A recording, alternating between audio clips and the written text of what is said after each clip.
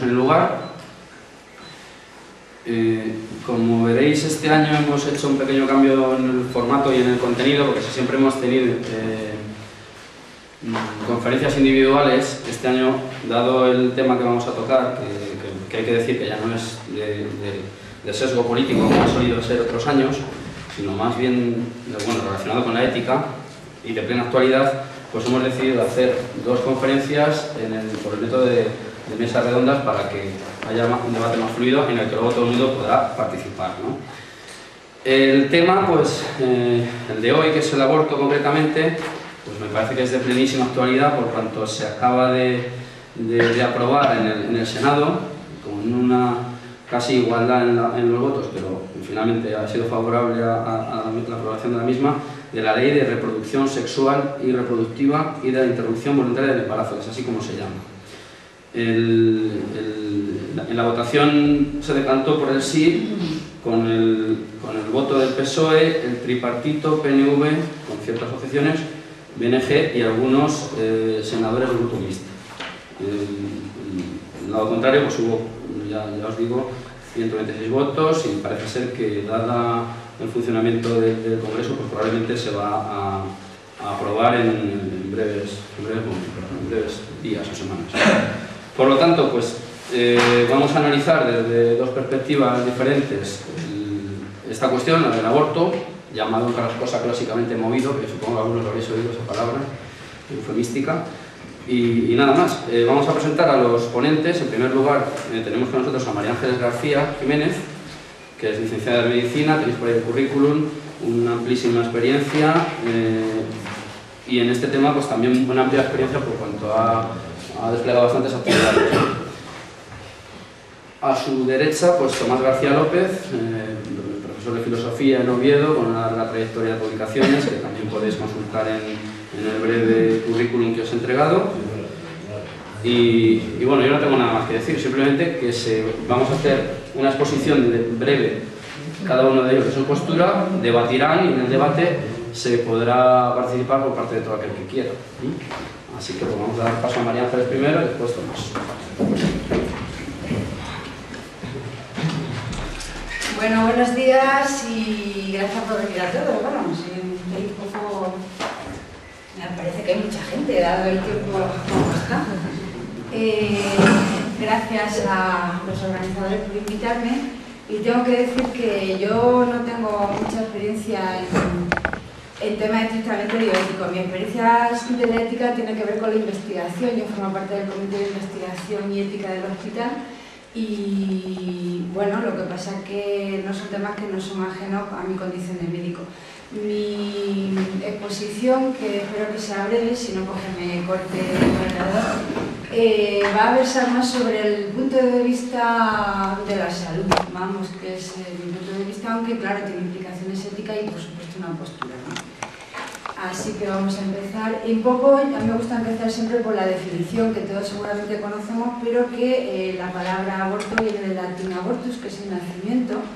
Y un poco qué tipo de aborto. Lógicamente está el aborto espontáneo, que es aproximadamente un 10-15% de los embarazos terminan en aborto, es decir, que generalmente a las mujeres cuando no sabemos que están embarazadas, su retraso de la menstruación es un aborto. Aunque parezca mentira, a los humanos nos cuesta trabajo quedarnos a las semanas embarazadas. Bien, ¿qué otra terminología hay en relación al aborto? Pues está el aborto terapéutico, que se plantea para cuando hay un conflicto en términos de salud entre la progresión del embarazo y la salud de la mujer. Entonces se plantea el aborto terapéutico para prevenir riesgos para la salud de la mujer.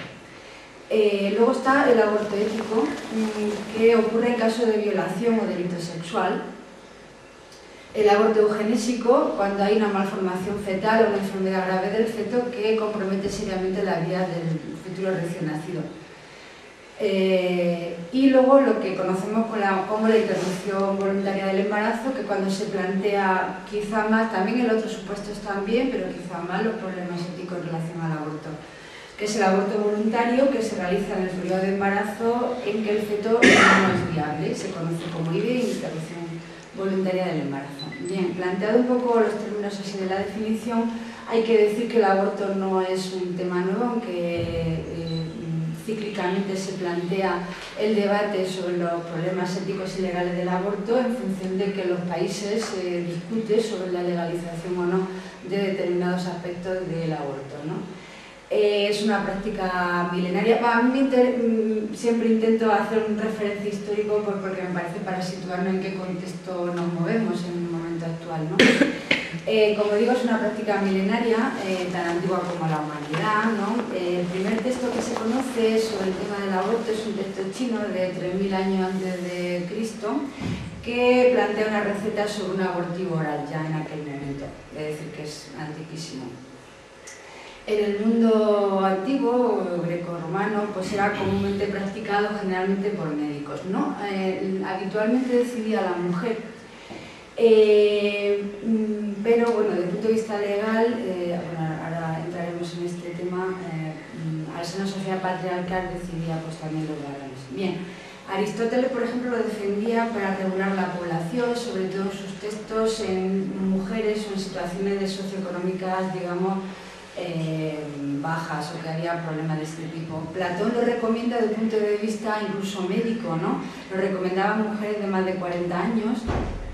Hipócrates describe fórmulas abortivas, pero ya desde un punto de vista más sanitario advierte de los peligros que puede haber para la salud de la mujer el practicar el aborto.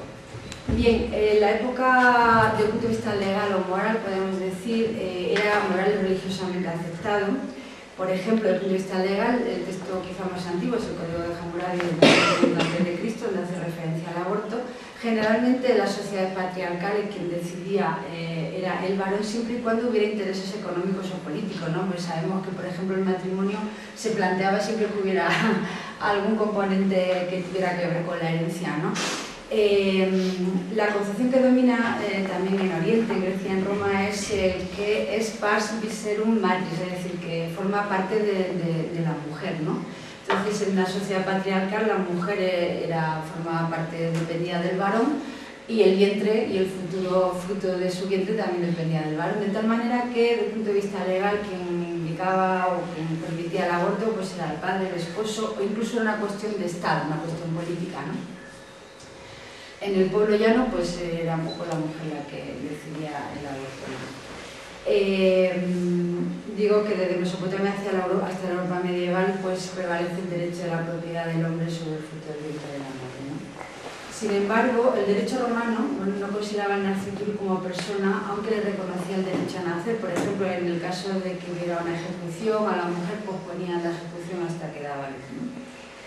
Bien, con la llegada del cristianismo, más en la Edad Media, se convierte en un asunto de teología y de moral. De tal manera que a partir del siglo II aparecen las primeras leyes restrictivas en este asunto. Se desterraba en algunos sitios a las mujeres que habían abortado. Durante los primeros 6 siglos, sin embargo, a pesar de ser un tema fundamentalmente de moral, había un debate importante desde el punto de vista religioso sobre cuándo el feto tenía ya el alma o no, cuando se convertía en humano, ¿no? Lo que se conocía como el proceso de hominización del feto. Y ya digo, hubo un debate que, bueno, pues osciló de unos siglos a otros en la doctrina oficial de la Iglesia. La mayoría al principio sostenía la postura de Aristóteles, que es que se convierte en humano aproximadamente a los 40 días de si es hombre. Ya sabéis que como las mujeres no tenemos alma, ahora tenemos más tardíamente, y tampoco inteligencia, pues en las mujeres, y el caso del feto femenino, pues era a los 90 días. San Agustín estableció que el aborto es homicidio solo cuando el feto se ha formado. Entonces el criterio de permisividad que había en aquel momento eran los primeros movimientos fetales. A partir del siglo XVII, muchos países del mundo lo convirtieron en ilegal, más por un problema de salud de las mujeres, y en 1869 este debate teológico sobre el alma, Pío IX ya proclama la hominización desde el momento de la concepción, no una hominización tardía como en algunos siglos anteriores había prevalecido. Recordar que en ningún momento histórico se penaliza el aborto como el homicidio o el asesinato, tiene una penalización legal, pero no con ese mismo criterio, ¿no? Bien, ¿cuál es la situación actual? Un poco ya centrados en el referente histórico. A principios del siglo XX se inicia la despenalización del aborto. Rusia fue uno de los primeros países, el primero en el año 20, luego le siguió Islandia en 1935, Japón en 1948. La mayoría de los países de Europa Oriental tras la Segunda Guerra Mundial, en la década de los 60 y los 70, la mayoría de los países industrializados de Europa y de Norteamérica. Bien. ¿Cuál es la situación en este momento? Como digo, aproximadamente las 202 naciones del mundo, pues el aborto es legal sin restricciones, sin ningún tipo de restricción, en 57 naciones, que aproximadamente constituyen el 39,5% de la población mundial. Por razones socioeconómicas y psicofísicas en 14, el 29,3% de la población. Por razones estrictamente físicas en 33 países, el 9,2%.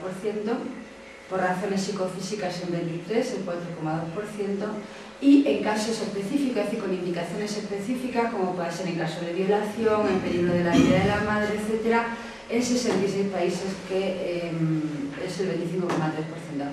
Como veis, el aborto hay dos lo que predomina mayoritariamente, o es legal sin restricciones en la mayoría, o con indicaciones también en el porcentaje que le sigue, ¿no? Hay una relación, no me he traído un mapa que sería muy claro, una relación entre la postura legal, digamos, del aborto con relación al desarrollo de los países, ¿no? De tal manera que los países con más desarrollo socioeconómico, las legislaciones son más permisivas, son legislaciones que en principio no plantean restricciones legales. El aborto es ilegal en cualquier caso, quiere decir en cualquier caso, ni aborto terapéutico, ni eugenésico, ni nada, en 3 naciones, Nicaragua, en Chile y en Salvador. Y en el caso de Nicaragua tengo que recordar que se legalizó el aborto tras las últimas elecciones, que es el 0,43% de la población, donde no hay ninguna indicación para el aborto. ¿De acuerdo? Bien, yo quería plantear que el aborto en principio, desde mi punto de vista, es un problema sanitario. Es decir, el aborto, no conozco a ninguna mujer que se haya planteado como objetivo decir, bueno, pues yo voy a abortar en un futuro, no puedo plantear tener un hijo, pero quiere decir que se puede considerar desde ese punto de vista y luego lo podemos debatir un mal menor. Pero en principio es un problema sanitario. Es decir, un embarazo deseado generalmente termina en un aborto inducido, legal o clandestino en condiciones sanitarias adecuadas o no. Es decir, que digamos, cuando la mujer toma, o la pareja toma la decisión de que no puede continuar con la maternidad, pues va a recurrir al aborto, esté legalizado, esté en condiciones adecuadas o no. Bien, según la Organización Mundial de la Salud, y son datos del 2004, se producen en el mundo 46 millones de abortos, clandestinamente unos 19 millones, aproximadamente una tasa de 65 por 1000 mujeres de edad fértil y 1 por cada 2 nacidos vivos. Aproximadamente 84.000 mujeres mueren cada año por aborto clandestino. Son datos de la Sociedad Internacional de Planificación Familiar, que se produce en 60 países. Según la Organización Mundial de la Salud, es causa del 13% de la mortalidad materna en este mundo. 1 de cada 4 mujeres además precisa asistencia hospitalaria tras aborto por complicaciones. Quiero decir con esto además que es un problema de recursos sanitarios, es decir, que se consumen recursos sanitarios en condiciones, o que se aprecia el aborto en condiciones precarias, desde el punto de vista sanitario. Bien, quería traer aquí también algunas ideas que desde mi punto de vista, voy a repetir, lo discutimos, son erróneas, o algunos mitos en relación al aborto. En primer lugar, una idea que parece muy extendida es que si se prohíbe, se reducen los abortos. Esta misma argumentación puede ocurrir con el alcohol, cuando se prohibió el alcohol, con la ley seca, con el tabaco, con cualquier otra cosa. Bien, los datos nos dicen, bueno, aparte de los que os he mostrado anteriormente, que a pesar de que en muchos países no está legalizado en cualquier caso y se producen 19 millones de abortos clandestinos en el mundo, en Indonesia, por ejemplo, donde la indicación es básicamente por la salud de la mujer, se producen 2 millones de abortos. En Irlanda, por ejemplo, donde la indicación es similar, 7.000 irlandesas viajan todos los años a Londres o a Gales para practicarse el aborto. La variable en los estudios epidemiológicos asociada a la reducción de la tasa de aborto es la generalización y la disponibilidad de métodos anticonceptivos. De hecho, en Rusia, un país que, como he dicho antes, legalizó el aborto de los primeros países en el mundo, cuando por condiciones socioeconómicas y la accesibilidad a los métodos anticonceptivos, es decir, sobre todo los métodos anticonceptivos muy antiguos, se disparó la tasa de aborto, en un país donde había un aborto ya legalizado. En Kazajistán, que es un país pequeño, donde desde el punto de vista estatal hubo una política de acceso sin restricciones a los métodos anticonceptivos, se han reducido significativamente el método. No voy a dar datos porque, bueno, pues parece que son algo mucho. Bien, otro de los mitos, desde mi punto de vista, es que el aborto aumenta el riesgo de cáncer de mama. En este sentido se han hecho muchos estudios, bastantes estudios epidemiológicos, sanitarios. El más importante es el estudio danés, que además hace como unos 8 o 10 años, y en el que se demostraba desde el punto de vista científico que no había relación estadística entre el aborto y el cáncer de mama. La OMS además certificó sobre todo este último estudio y concluyó que no había relación epidemiológica. Otro de los aspectos de los mitos es que las mujeres que abortan tienen más problemas psiquiátricos, lo que se conoce como el síndrome posaborto. Bien, también se han hecho estudios en este sentido y no hay mayor proporción de trastornos psiquiátricos, lo que, bueno, pues, en algunas mujeres predominan sentimientos de culpa y tristeza, en muchas mujeres, pero en otras sentimientos de alivio y de alegría, digamos, de alivio, sobre todo por haber sido liberadas de esa carga que les suponía una carga importante para el futuro, ¿no? Quiero además recordar que, por ejemplo, en el caso del embarazo, del parto normal, también ocurre un problema psiquiátrico que es la depresión postparto, entonces, que tiene que ver con factores hormonales y de otro tipo, y no con el hecho en sí de la maternidad. Podríamos decir que la maternidad también es mala porque las mujeres luego tienen problemas psiquiátricos, ¿no? Bien, otra de las, desde mi punto de vista, errores es que la anticoncepción de emergencia es una forma de aborto. En el debate a veces se introduce este tipo de elementos, ¿no? Lo que se llama la píldora del día después, ¿no? Bien, la anticoncepción de emergencia previene el embarazo, no lo provoca. Según la OMS, define estos métodos anticonceptivos como métodos anticonceptivos que pueden ser usados en los primeros días de la relación sexual sin protección para prevenir un embarazo no deseado. Desde el punto de vista fisiológico, nada tiene que ver con el aborto. Si alguien quiere entrar en este tema, pues desde el punto de vista médico le puede explicar cómo funciona, pero no me parece que no es tema. Bien, planteado esto, el tema que nos trae aquí es la relación entre ética y aborto. Yo me he permitido, aunque no tengo conocimiento filosófico, mi compañero de mesa muchísimo más, bueno, comentaros un poco de mi punto de vista qué es lo que yo considero la ética y cómo, bueno, pues está relacionado un poco el tema de la ética con el aborto. La ética es una parte de la filosofía que en principio analiza valores morales en aquellos problemas donde hay conflicto, donde no está claro qué conducta hay que seguir, ¿no? Es una reflexión, ¿no?, acerca digamos, de los alcances, los límites que tiene la libertad individual, que tiene la libertad colectiva, y sobre todo es una reflexión. Ocurre un dilema ético, como pasa en el aborto, cuando hay un conflicto, cuando hay distintas posturas, cuando hay una respuesta clara que todos podamos seguir sin dudar, ¿no? Y hay unos que argumentan a favor y otros que hay argumentos en contra. No es un manual de uso la ética, nunca puede llegar a la conclusión de que en cada caso establecer un manual, ¿no? Dependiendo de cada caso podrá establecer unas indicaciones.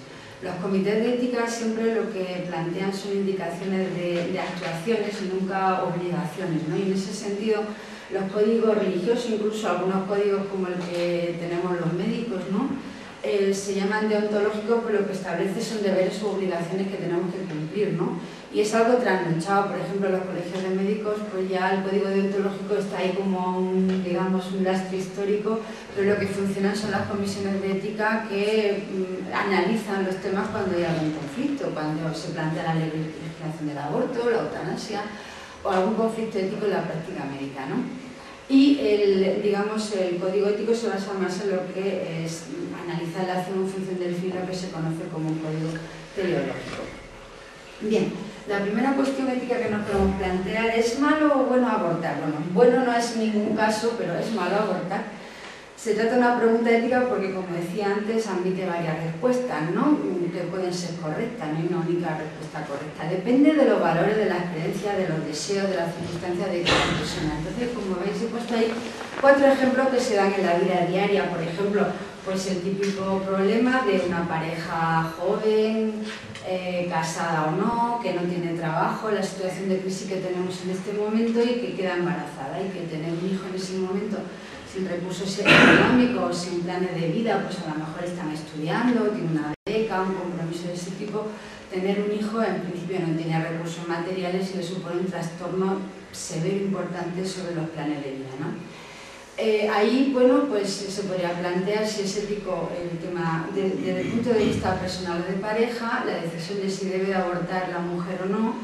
Y claro, una de las primeras cosas es, bueno, pues haberte quedado embarazada, ¿no? Haber usado, no haber tenido relaciones sexuales, haber utilizado métodos anticonceptivos, bien, de acuerdo, pero el hecho se ha producido así, por lo que sea, porque han utilizado métodos adecuados, y ante ese problema buscan una respuesta, ¿bien? Eso a lo mejor mayoritariamente podemos entender desde el punto de vista que estaría indicado, ¿no? El segundo caso sería, pues bueno, por lo contrario, una mujer que tiene un novio, tiene un padre, esto era más en la antigua, pero bueno, que se queda embarazada y de pronto pues eso le supone un problema del que dirán y tal, y las presiones familiares le obligan a abortar cuando ella no quiere abortar. Entonces, en ese sentido, lo éticamente adecuado, la respuesta a lo mejor para esa mujer sería seguir adelante con su embarazo, ¿no? Pero, como vemos, la sociedad o la familia plantearía otra respuesta, es inducirla al aborto, ¿no? Tengo que decir que si a la mujer se la hace abortar de manera traicionera, digamos, con engaño y tal, el único supuesto que está penado en todos los países es el aborto provocado sin consentimiento de la mujer, ¿vale? Bien, otro caso es el caso de una anencefalia, es decir, un feto que no tiene cerebro, por eso se llama anencefalia, y cuyo futuro como vida humana es cero, y biológicamente el futuro que le espera pues a lo mejor de unos cuantos días, ¿no? Entonces, bueno, el problema, el conflicto ético de si se induce el aborto o no en esa mujer. Una enfermedad psiquiátrica, por ejemplo, que está tomando una enfermedad psiquiátrica grave, puede ser, pues, no sé, un síndrome maníaco-depresivo, que toma un fármaco que se llama litio, que es muy tóxico para el futuro bebé, y entonces ahí se plantea la tesitura entre dejar la medicación con riesgo para la vida de la mujer o seguir adelante con el embarazo con grandes problemas malformativos en el feto. ¿Qué decir con esto? Que hay distintas posturas, dependiendo de cada caso, podremos tomar una postura u otra y las consideraciones nunca van a ser las mismas.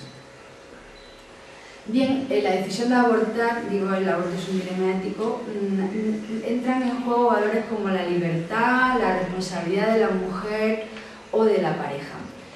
Entran en conflicto valores religiosos, temas como qué es la vida humana, o el tema de si el embrión debe ser considerado una persona o no. Bien.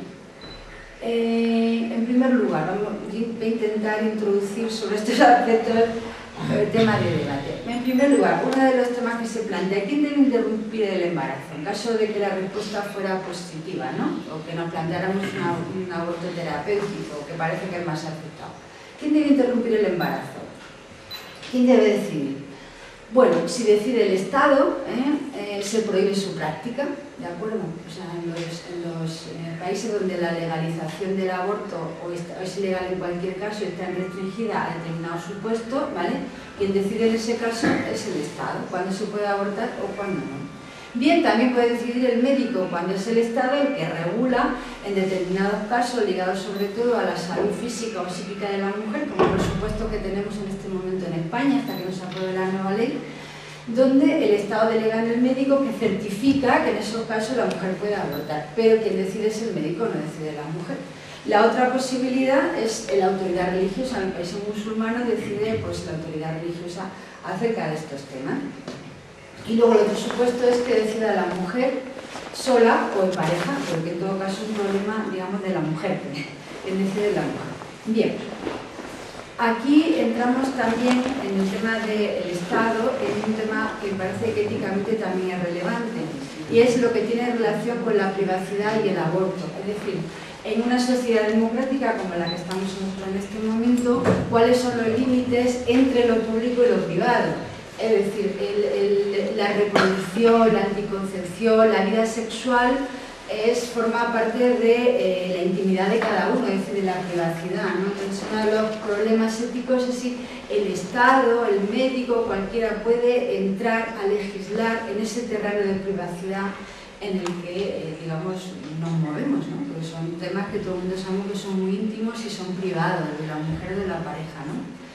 Hay también un planteamiento que se puede decir, bueno, pues mire, puede entrar el Estado siempre y cuando el Estado se hiciera cargo del bebé o del futuro, del mantenimiento. Entonces, a lo mejor podríamos plantearlo que éticamente podría ser lícito que el Estado entrara en mi privacidad. Pero, entre tanto, está claro que son aspectos que forman parte de mi vida privada. Bien, otro de los aspectos éticos es que se plantea un conflicto entre los intereses del feto o del embrión y de la mujer, ¿no? Bien.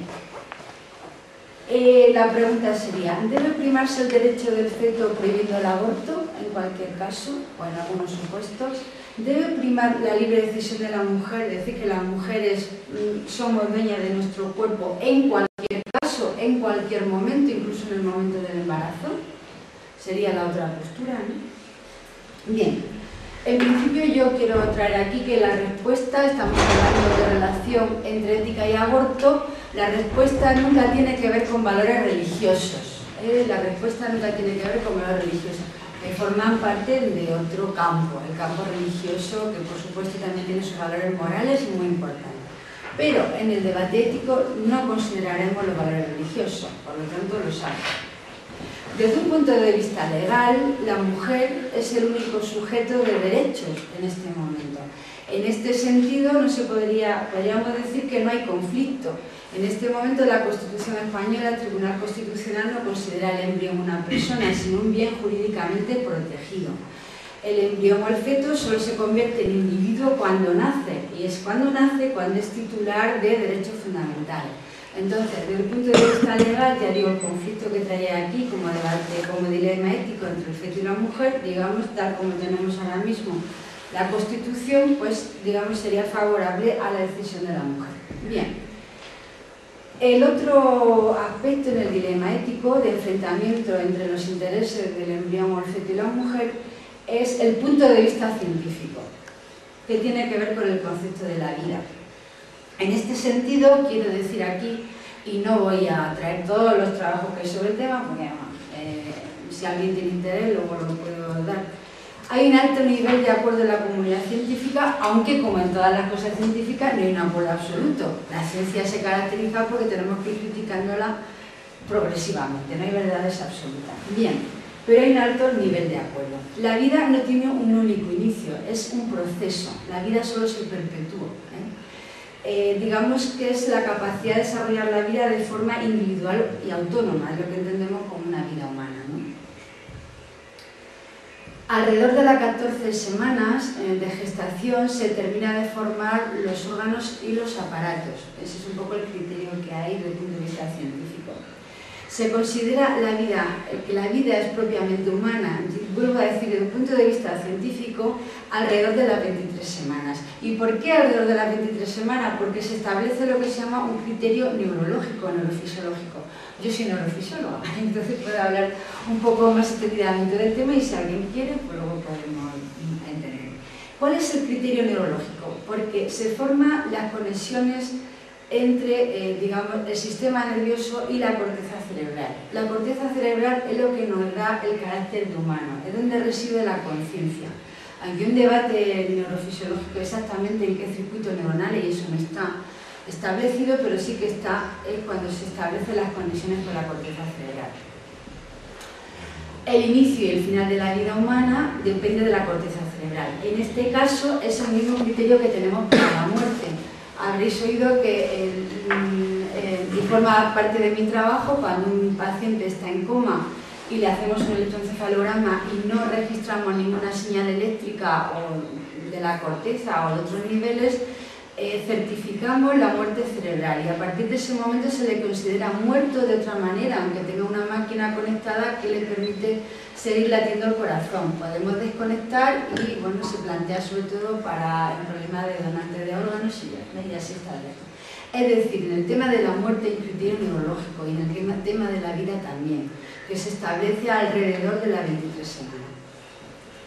Bien, y a partir de las 22 semanas es cuando el feto es viable fuera del útero, que podría ser otro criterio, ¿de acuerdo? Bien, el aborto, como he dicho antes, que era un problema sanitario, es un problema de salud, es un problema de salud pública. He dado antes datos del número de muertes en el mundo por aborto y del número de abortos clandestinos, de los recursos sanitarios. Desde un punto de vista sanitario, lo que nos planteamos los médicos, nos debemos plantear y el Estado debe defender es el objetivo de salud de la mujer. Debe ser garantizada la maternidad voluntaria, saludable y sin riesgos, ¿no? Su represión es de alto riesgo para la vida y la salud de la mujer y además la discrimina en función de la capacidad económica. Esto es conocido por todos, ¿no? Cuando el aborto era ilegal en España bajo cualquier supuesto, las mujeres con recursos en este país pues iban a abortar a París o a Londres, ¿no? Mientras que las mujeres sin recursos económicos abortaban en condiciones precarias desde el punto de vista sanitario. Entonces, bajo el supuesto de que en caso de necesidad la mujer siempre va a abortar, aquellas que lo hacen desde un punto de vista en situación de precario son las que tienen unas condiciones de vida más desfavorables. Y eso es injusto, pretendemos siempre que la salud sea para todos y la justicia social, ¿no? Entonces, la prohibición establece además un criterio de inequidad. Desde una perspectiva de salud pública se debe atender a eliminar el aborto como problema de salud mediante el desarrollo de políticas sanitarias. Es decir, nunca puede ser un objetivo de salud el abortar, como he dicho, ni tampoco como un proyecto vital de las mujeres, ¿no? Pero un objetivo para mejorar la salud de las mujeres en la reproductiva es tender a evitar que se produzcan abortos. ¿Y cómo se tiende a evitar que se produzcan abortos? Con el desarrollo de políticas sanitarias y sociales que faciliten el acceso real y gratuito a métodos anticonceptivos y sobre todo una educación sexual.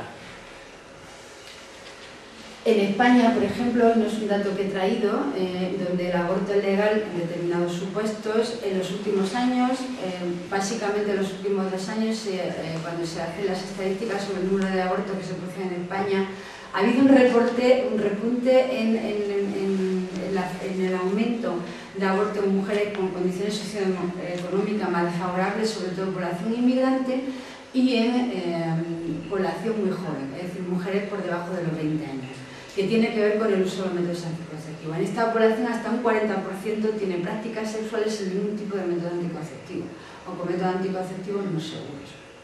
Bien, para concluir, espero no haberme hecho muy pesada, considero que se debe respetar y proteger la elección individual de cada mujer ante un hecho como el aborto que atañe íntimamente a su vida y a su salud. Que se deben promover prácticas sexuales desde un punto de vista institucional sin riesgo de embarazo, poner al alcance de todas las mujeres métodos anticonceptivos eficaces y gratuitos y una buena educación sexual. Quiero recordar lo de gratuito, que hoy día la Seguridad Social, por ejemplo, no te cubre los métodos anticonceptivos, por ejemplo, hormonales, la píldora más moderna, solamente las más antiguas, por lo cual me lo tendría que pagar, ¿no? Ha desaparecido la consulta de planificación familiar como estaban establecidas hace años, ¿no? Y el método de educación sexual en los chavales jóvenes, en los contenidos educativos prácticamente no existen, existen en el programa, pero no existen en la realidad. Por otra parte, creo que institucionalmente debe darse un apoyo a la maternidad, es decir, hablar de ponerlo en contra del aborto y desde el punto de vista estatal y legalizarlo y decir que hay que tener más hijos porque estamos en un índice de fecundidad de los más bajos del mundo, sin políticas reales, políticas de conciliación que permitan a las mujeres trabajar y tener hijos, guarderías que sean más o menos gratuitas, accesibles a todo el mundo, colegios, horarios en los colegios que compatibilicen el trabajo de la mujer con el tener hijos. Me parece que mientras que esto no se haga, pues es una falacia, ¿no?, el hablar de apoyo a la maternidad y legalizar el aborto en determinadas circunstancias. Y sobre todo en mujeres, ¿no?, que con dificultades que deseen un embarazo y que no les obliguen a abortar estas condiciones socioeconómicas.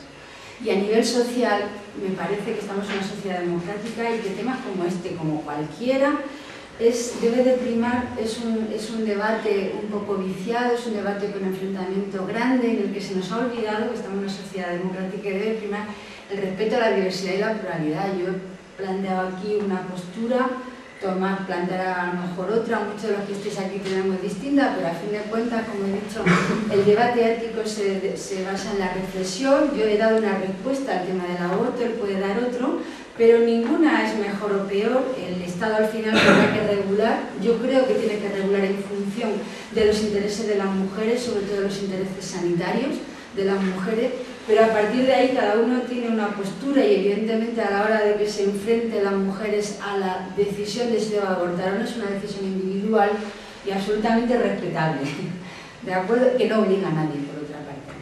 Pues nada, muchas gracias a todo lo que tenía que decir.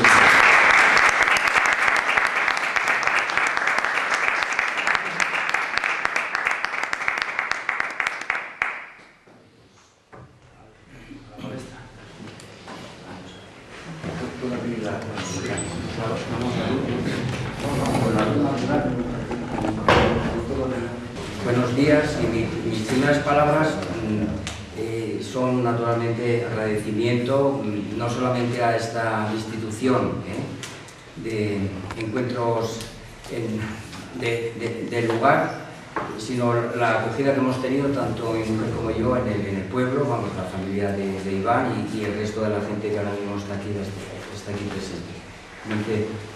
Pocas veces encuentra uno esta acogida tan cálida, tan emotiva, bueno, hasta el punto de estar emocionado, ¿no? Bueno, y a la vez agradecerle a María Ángeles su conferencia, porque resulta que me ha proporcionado a mí pues ciertos criterios que voy en cierta medida pues a utilizar en la exposición que voy a hacer ahora. Y la otra parte de esta breve introducción es felicitar a esta institución. Yo vengo siguiendo a través de internet pues los otros 5 encuentros anteriores, los he seguido y realmente pues a mí me parece una de estas cosas, bueno, encomiables, ¿no? que se ven muy poco y que tienen una enorme importancia, ¿verdad? ¿Y a qué viene lo de la felicitación concretamente con respecto a los estos encuentros? Pues que a través de este encuentro, al menos esta institución, contribuye a desbloquear lo que podríamos llamar el planteamiento maniqueo. El planteamiento maniqueo, se voy a decir rápidamente, consiste sencillamente en decir que hay dos posiciones, es decir, la del gobierno que ha elaborado el anteproyecto, si me da tiempo al final pasaremos a hacer un pequeño comentario de ese texto que contiene además 14 páginas, y la conferencia episcopal.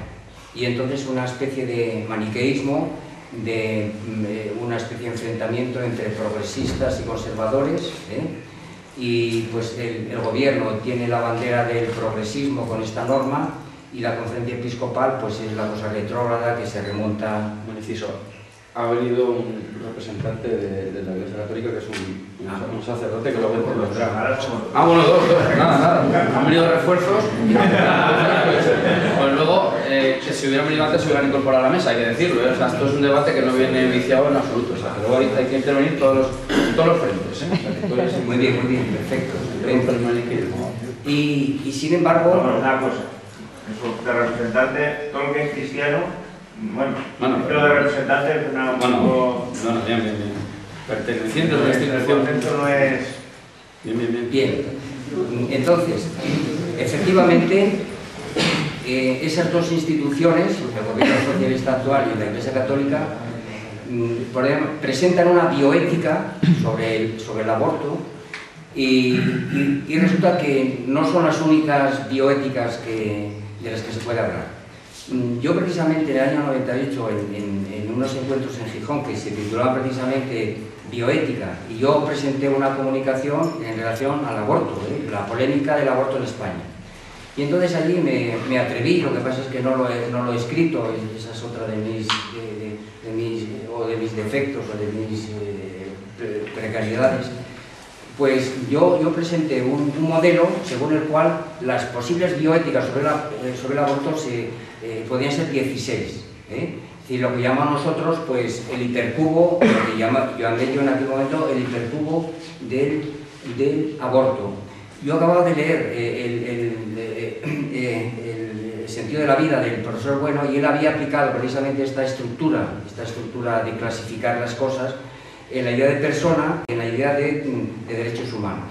Entonces la palabra, el número 16 sale precisamente de cruzar 4 criterios, ¿verdad? 4 criterios. Eso mismo lo intenté hacer yo con el aborto, y muy concretamente los criterios serían estos 4. Que se considere el germen, el embrión, el feto, pongamos hasta el feto como una entidad humana, como una individualidad humana, es decir, y esto lo llamamos nosotros pues una orientación antrópica, que hay ya ser humano, o que por el contrario se considere que el germen, precisamente bajo el punto de vista de la tradición aristotélica, el germen y el embrión, María Ángeles ha hablado de los 40 y de los 90 días, pues eso es una especie de masa amorfa de células y que por tanto pues no es todavía entidad humana, ¿verdad? Como todo el mundo sabe perfectamente, la ministra de Educación así lo dijo tajantemente, ¿verdad? La de Sanidad, perdón, la de Sanidad, Viviana Aido, Igualdad, perdón. Viviana Aido, pues afirmó tajantemente que ese momento, es decir, el germen y el embrión pues era ser vivo, pero no era ser humano. Bueno, tengo que decir además que no solamente ella, yo lo he oído porque escucho las tertulias y las entrevistas. Esto mismo se lo he oído yo pues también a la vicepresidenta, María Teresa Fernández de la Vega, se lo he oído yo al ministro de Fomento, don José Blanco, y se lo he oído al ministro de Educación, ahí está el cruce, que es pues Ángel Gabilondo, se lo he oído yo. Además, en 2 emisoras, en la SER y en la COPE, es decir, en el programa de Montserrat Domínguez y en un programa que se llama Ignacio Villa, ¿verdad? Les hizo entrevistas y vinieron a decir lo mismo. Es decir, que no se sabe si ese periodo pues, se le puede considerar como humano o no. Y en el fondo, este grupo de gente, pues en el fondo a mí me parece que estaban confundiendo lo que es la ontología embriológica y biológica con la animación de la que he hablado ella antes, que es una discusión propiamente medieval. Yo voy a decir un poco 2 palabras sobre el asunto, que es los cristianos precisamente discutieron mucho de cuándo Dios insufla el alma en el cuerpo, y hay una cantidad de posibilidades, una cantidad de variantes. En cierta medida, lo que yo he visto en el Parlamento es la reproducción medieval de esa polémica, con otro lenguaje, pero viene a ser exactamente lo mismo. ¿Y ahí por qué? Pues sencillamente porque Ángel Gabilondo viene de la Iglesia, y es posiblemente quien haya comunicado esta especie de error monumental que se despeja en el momento en el que uno estudia un poquito de embriología, sencillamente, o de biología celular. Es decir, que eso no es amorfo, como decía Aristóteles. ¿Y por qué lo dice Aristóteles? Porque él no tenía microscopio. Digamos que esta es la cuestión. Y entonces Aristóteles ofrece una racionalidad que nosotros vamos a llamar racionalidad ilemórfica, ¿verdad? Y entonces, bueno, pues este es un criterio. Por supuesto, el otro es que lo que se diga tenga fundamentos o no, fundamentos ético-morales, o sencillamente se fundan se apoyan sencillamente en un criterio, podríamos decir, positivo, una ley moral, no matarás, o una ley jurídica, lo dice la ley, y además lo dice una ley democrática, que ha sido votada, y con eso ya tenemos bastante. Entonces eso es positivismo jurídico o positivismo moral.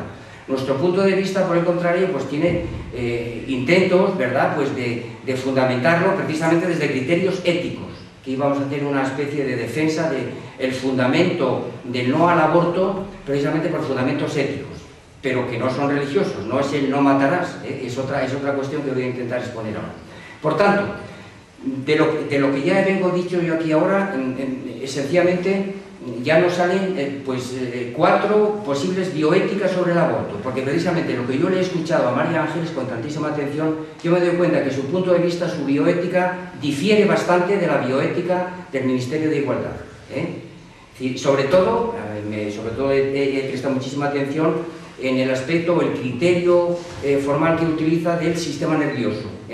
Es decir, ha hablado pues de efectos sin cerebro y ha hablado de la formación del sistema nervioso, ¿verdad? Y entonces ese es un criterio diferente. De alguna manera, pues ella considera que el sistema nervioso es una parte formal del organismo y le da prioridad. En todo caso, pues es otra manera de entender y otra manera de justificarlo. Es una bioética que no...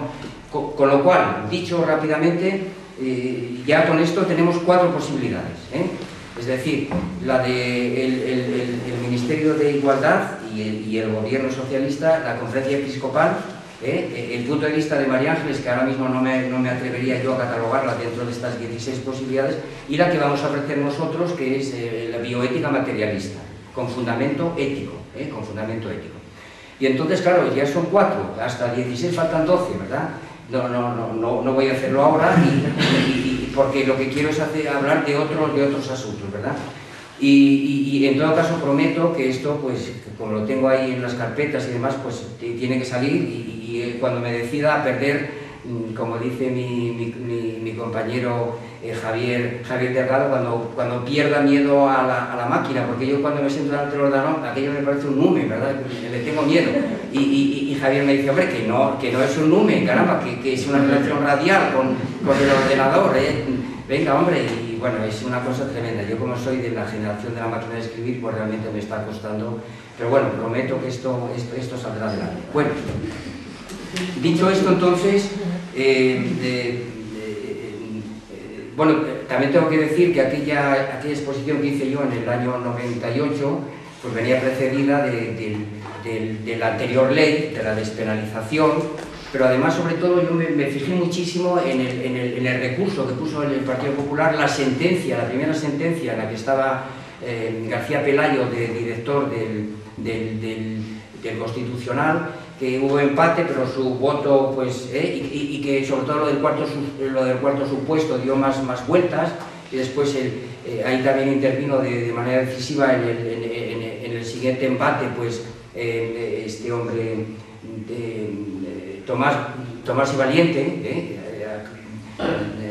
y aunque yo no compartiera su voto particular, ¿verdad?, en la primera sentencia, ni luego pues que su voto fuera decisivo, pues quiero también aprovechar esta circunstancia para hacer un pequeño homenaje, porque como todo el mundo sabe, pues fue asesinado vilmente por la ETA.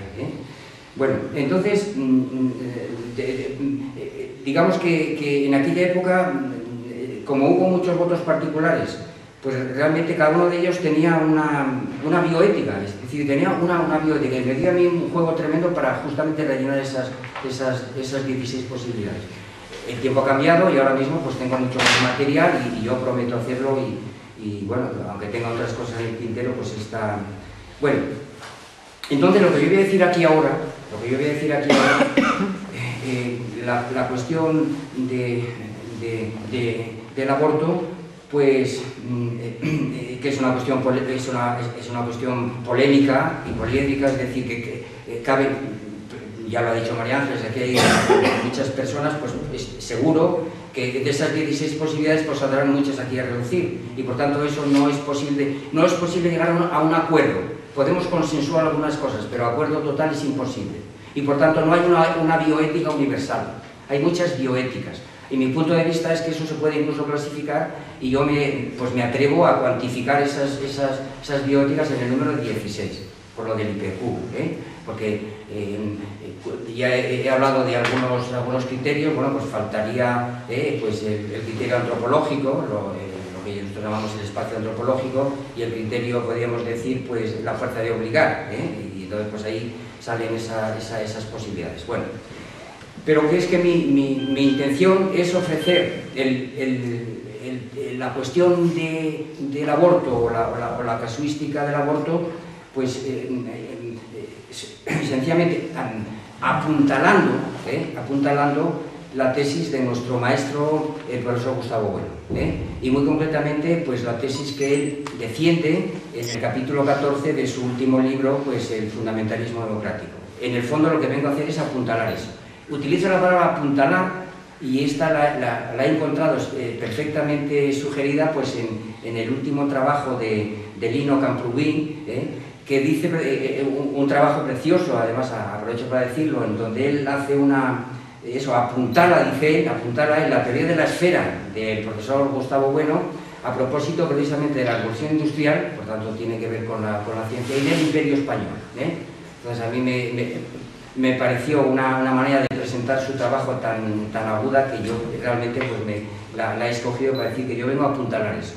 Y es que la tesis del profesor Bueno consiste esencialmente en decir que la ley, el anteproyecto, es una muestra clara de corrupción democrática no ilegal, es decir, no delictiva, en una palabra, no, es una corrupción democrática que afecta a la capa basal, porque tiene que ver con la producción y la reproducción, y aquí enlaza él pues con la tradición marxista de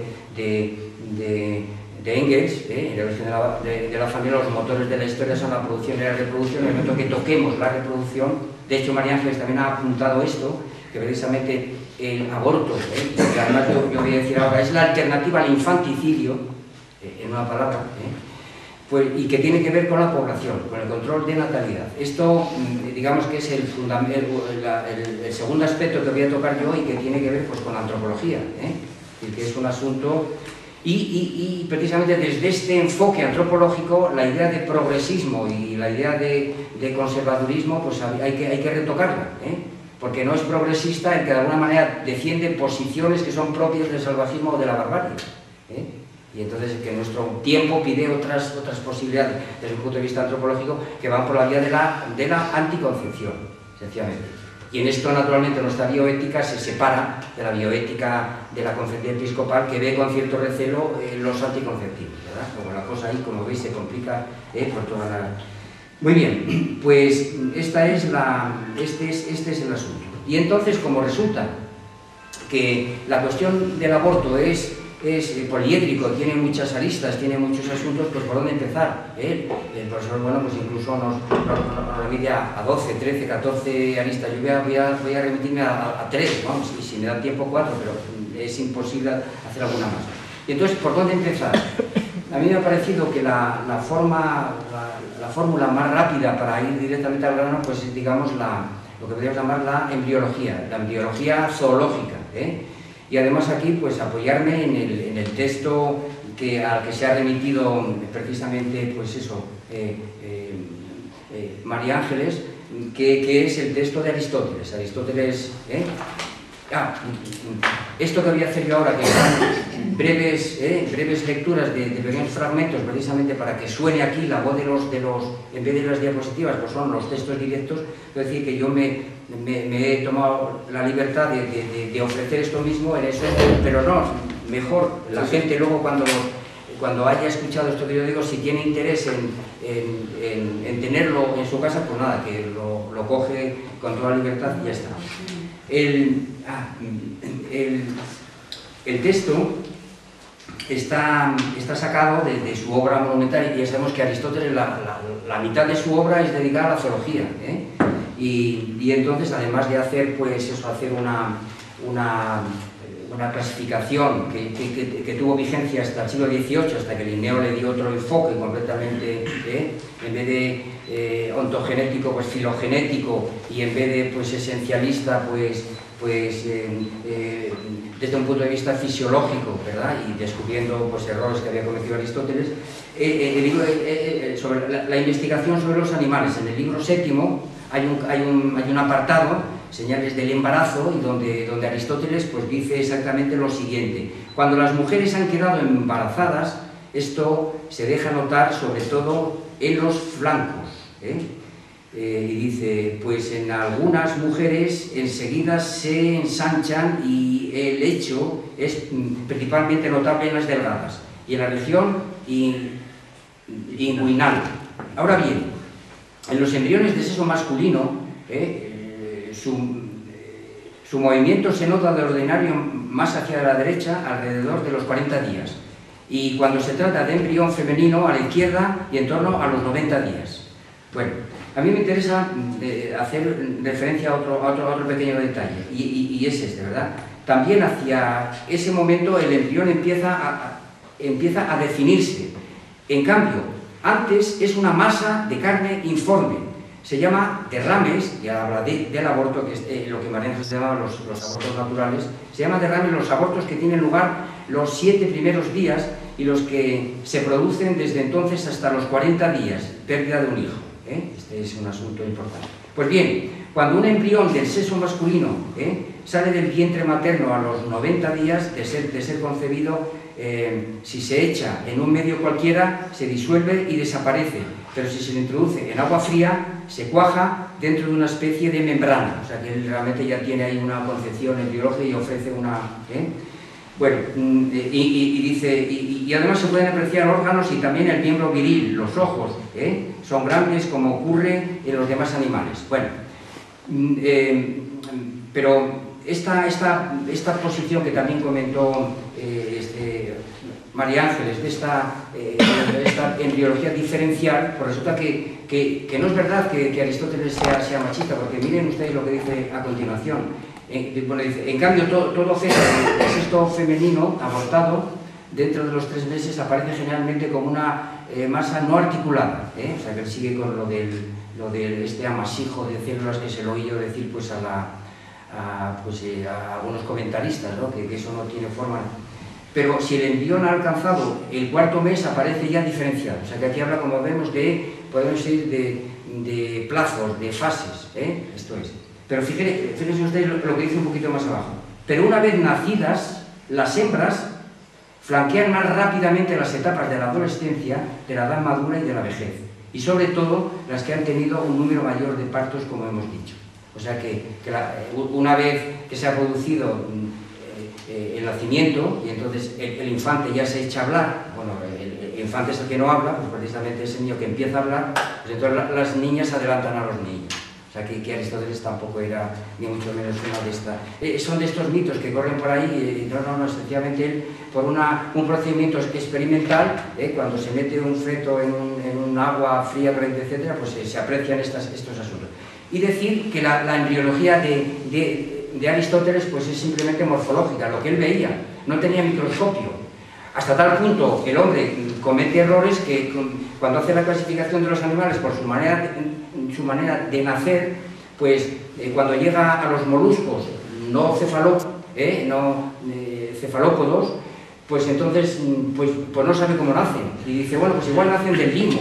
Claro, si hubiera tenido un microscopio eso no... Pero más grave todavía es con los zoofitos, es decir, con los teleterios, con las esponjas, dice, y esto que, pues aquí ni limo ni nada, esto pues generación espontánea. Claro, son los errores propios de una biología que no tiene microscopio.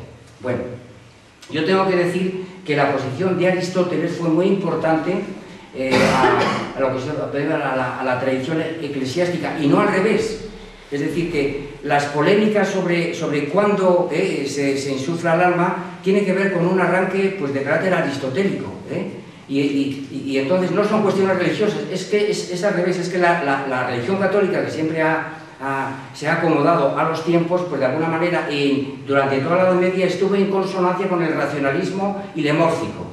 Y en el momento actual está en consonancia con el racionalismo, podríamos decir, embriológico, que está expresado pues, en el manifiesto del 17 de marzo del 2009. Otra cosa es que su bioética tenga una justificación positiva, no matarás. Pero desde el punto de vista, efectivamente, exclusivamente embriológico, podríamos decir que la Conferencia Episcopal ahora mismo está más en consonancia con la racionalidad polimórfica que con las tesis del Ministerio de Igualdad, que en el fondo pues está inserta en la tradición medieval. Es decir, que está en la discusión propia pues, de los teólogos de aquella época, ¿verdad? Y en cierta medida, pues bueno, eso hay que ponerlo ahí sobre la mesa. Esta es una de las cuestiones que vengo yo aquí a poner sobre la mesa. Bueno, tengo que decir que Aristóteles, cuando plantea esta epigénesis, es decir, en una palabra que la vida en estado inicial, llámese germen, porque él hace la distinción entre germen, embrión, feto y infante, pues esa epigénesis es una teoría enfrentada a lo que es la preformación, aquellas teorías antiguas que consideraban que nosotros brotamos pues, de unos espermata que ya existían, que estaban, podríamos decir, pues en una especie de masa, la teoría de Anaxágoras, de los espermata, y que entonces, pues por así decirlo, esas son las famosas teorías que se conocen como la preformación. Estamos preformados en una masa inicial que Anaxágoras llamaba enigma, y que precisamente el nous pues hacía que las cosas homogéneas, pues, como van a hacer el pelo de lo que no es pelo, pues se van agrupando, y a eso lo llamaba él homeomerías, es decir, por semejanza, ¿verdad? Entonces Aristóteles, la posición de Aristóteles es muy avanzada, y eso es un mito, y sin embargo pues hay embriones, etc. Pero los límites de la embriología aristotélica, pues, bueno, tengo que decir entonces que durante la Edad Media no siempre Aristóteles fue el filósofo que estaba en la base, sino que en la patrística, es decir, ella ha citado aquí también a San Agustín, eran neoplatónicos. El neoplatonismo es otra filosofía, pues eso, que considera que la realidad es una unidad, es un uno, es todo procede de esta unidad por emanación. Y entonces la primera emanación es el nous, la segunda es el alma del mundo, del cual se desprenden las almas singulares, y entonces, pues claro, naturalmente no tiene por qué haber solución de continuidad, lo que él llamaba las emanaciones, ¿verdad? Y entonces, pues resulta que San Agustín es neoplatónico, y entonces, o sea, aplicando a este asunto, pues dice exactamente que Dios insufla el alma y es pues una animación inmediata, es decir, que no hay tiempo, no hay tránsito, ¿verdad? Bueno, pero que esto da muchas vueltas, y que si en la patrística esto ocurre así, después vemos como San Anselmo, ya en el siglo XI, y luego vendrá naturalmente San Alberto Magno, sobre todo, que de esto se ocupa, pues vuelven de alguna manera a recoger la teoría de la epigénesis, no de la preformación, podríamos decir, una polémica, y pues por ejemplo, a la época de Felipe II, vamos a ver, Fernando Mena, pues viene a decir que eso de los 40 días de Aristóteles, que no, que al séptimo día Dios insufla, es decir, que no hay palabra, lo que es el germen,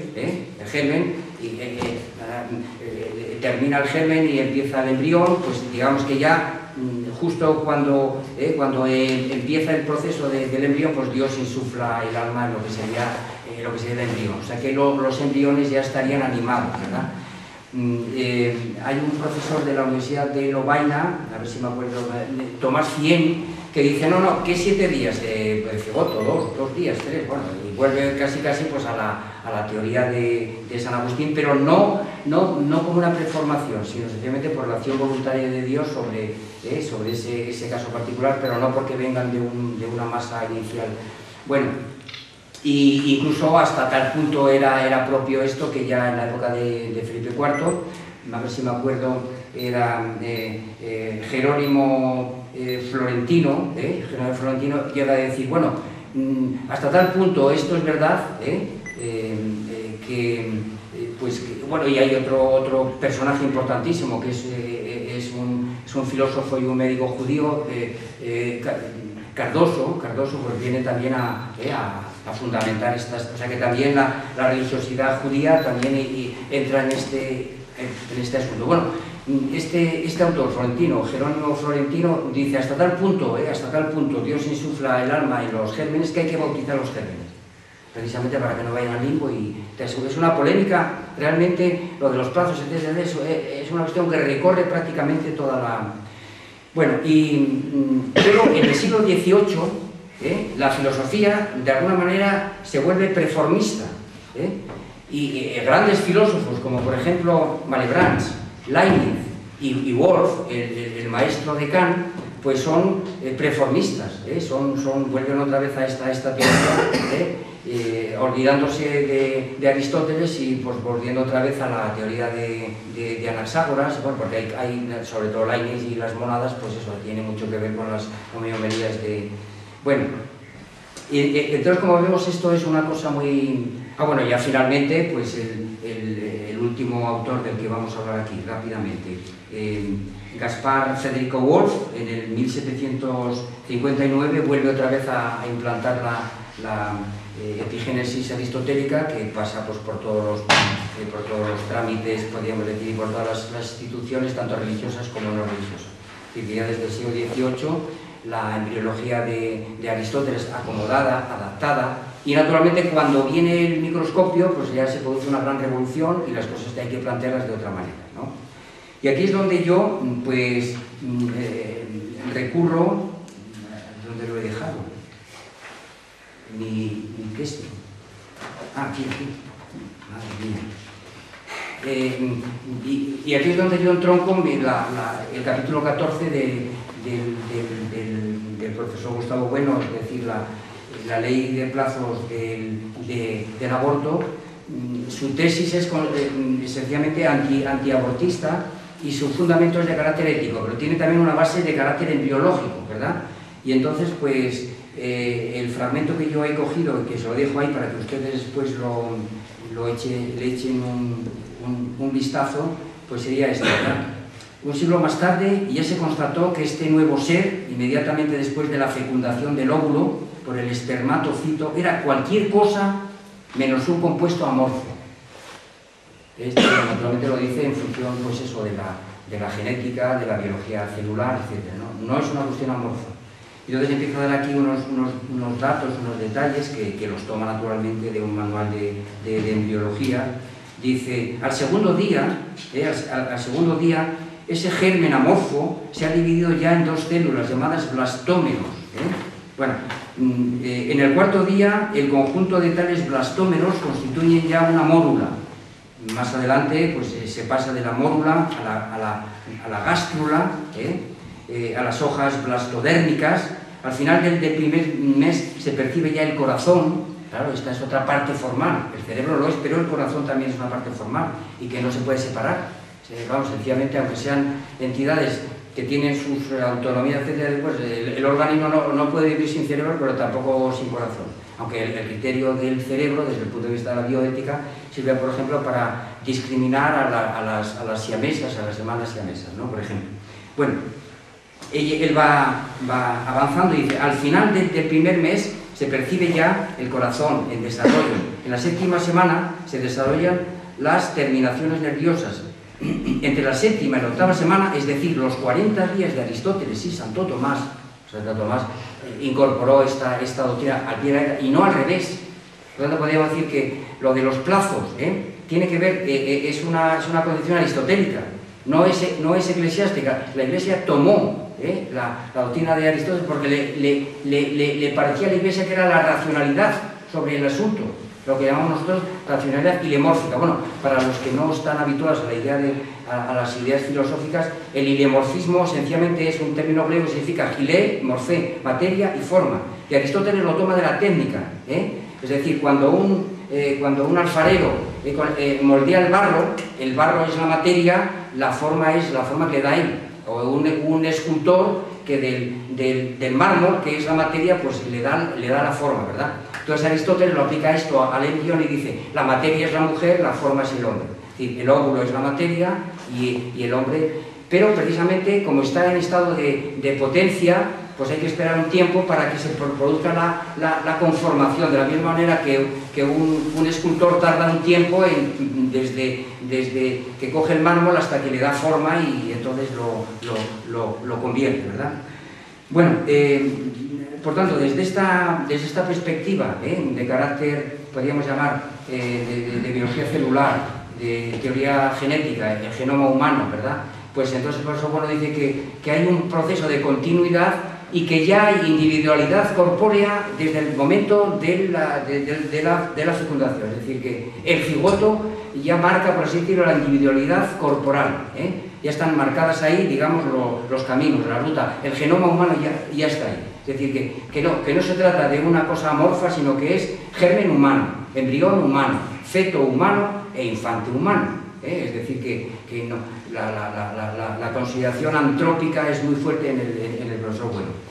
Esta posición suya, coincide con otra bioética, sí que tengo yo aquí, es plenamente, digamos, que estaría certificada por el Manifiesto de Madrid, al que yo me he referido antes, que se hizo el 17 de marzo del 2009 y que está formado, entre otros personajes, pues vamos a ver, Nicolás Jouve, catedrático de genética, César Nombela, catedrático de microbiología, vamos a ver aquí Luis Francisco Vera, catedrático de bioquímica, bueno, gentes que naturalmente conocen esta categoría.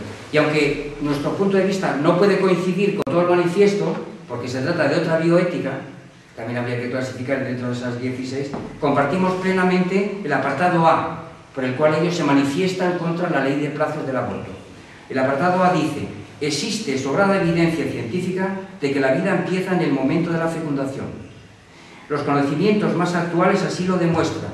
La genética señala que la fecundación es el momento en el que se constituye la identidad genética singular. La biología celular explica que los seres pluricelulares se constituyen a partir de una única célula inicial del cigoto, en cuyo núcleo se encuentra la información genética, que se conserva en todas las células y es la que determina la diferenciación celular. La embriología describe el desarrollo y revela cómo se desenvuelve sin solución de continuidad. Bueno, hay otros aspectos que no podemos compartir, sin duda alguna, porque se trata de otra bioética, pero sin embargo hay coincidencia plena con este punto que como no puede ser de otra manera.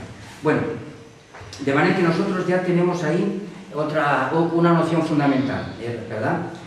Es el hecho de que la defensa que nosotros hacemos de ese proceso que es continuo, y claro, por eso bueno, se plantea, ¿por qué cortar a la semana 14?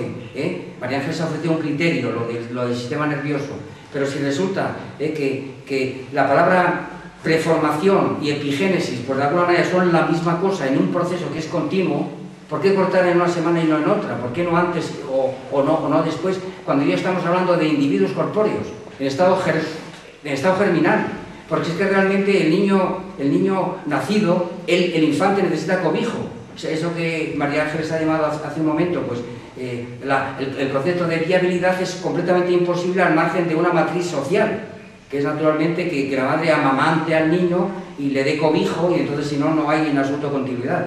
Luego la continuidad no termina con el nacimiento, sino que va pues hasta que la idea de persona.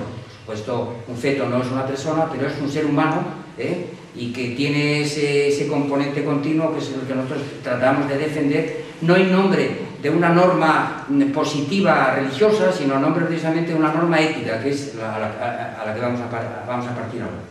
Bueno, hay otro asunto que es muy importante, y es que dice él mismo, las cosas no son tan claras, porque hay un momento en el que en el germen, el paso del germen al embrión, se da un proceso de carácter biológico que complica un poco las cosas, y es el caso de los mellizos, ¿verdad? Y sobre todo de esos mellizos siameses que están unidos o por la cabeza o por el tórax. Y yo aquí pues ofrezco también en este pequeño dossier dos ejemplos paradigmáticos, uno de ellos sacado de El sentido de la vida, esas dos nenas unidas por el tronco,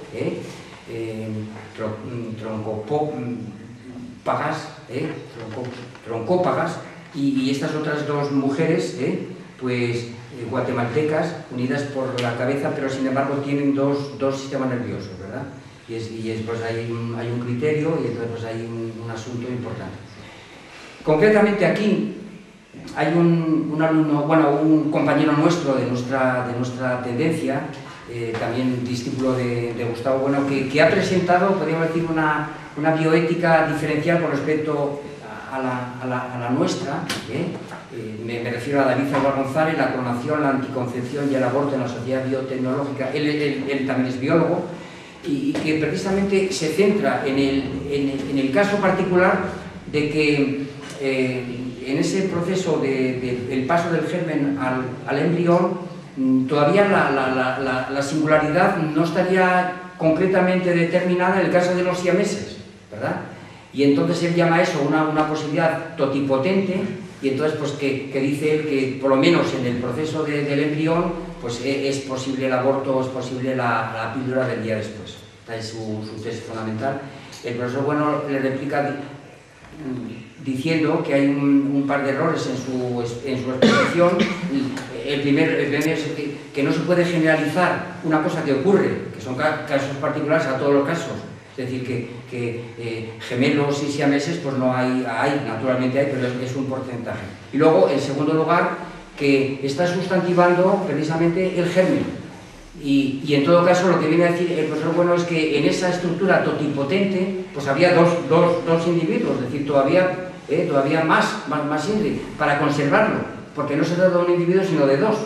Y por tanto, ¿por qué deshacer eso, verdad? Esta es su tesis, ¿verdad? Bueno, esto nos lleva ya directamente al siguiente asunto, y es el segundo criterio, que vamos a tocar aquí, que es el criterio médico, Antes de entrar en el criterio ético, que están íntimamente conectados, sería el criterio médico, Y entonces aquí, pues, nuestro punto de vista, nuestra teoría sobre la medicina es precisamente presentar la medicina como una cosa opuesta a la biología, como una cosa opuesta a la biología. Aunque naturalmente un médico tenga que saber biología, por supuesto, sin duda alguna. Y entonces esto tiene también un tratamiento filosófico donde hay pues, posturas enfrentadas, y un filósofo ya fallecido como Ferrater Mora precisamente considera que las cuestiones de ética tienen que ser tratadas por los biólogos, y nuestro maestro pues naturalmente ofrece una cuestión tajante, ¿no? La biología y la medicina tienen, por así decirlo, un campo categorial diferente, y además pues unas normas pragmáticas diferentes, una deontología completamente diferente.